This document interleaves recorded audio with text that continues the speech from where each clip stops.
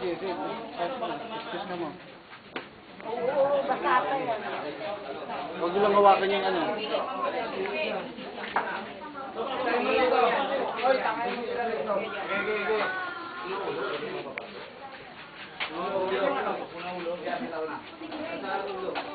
Ito ulo, di ba? Oo.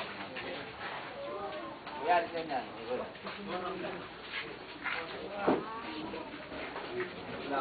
Kuya, abot mo nga yung bulaklak.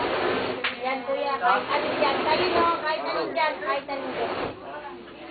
Alam, uncle.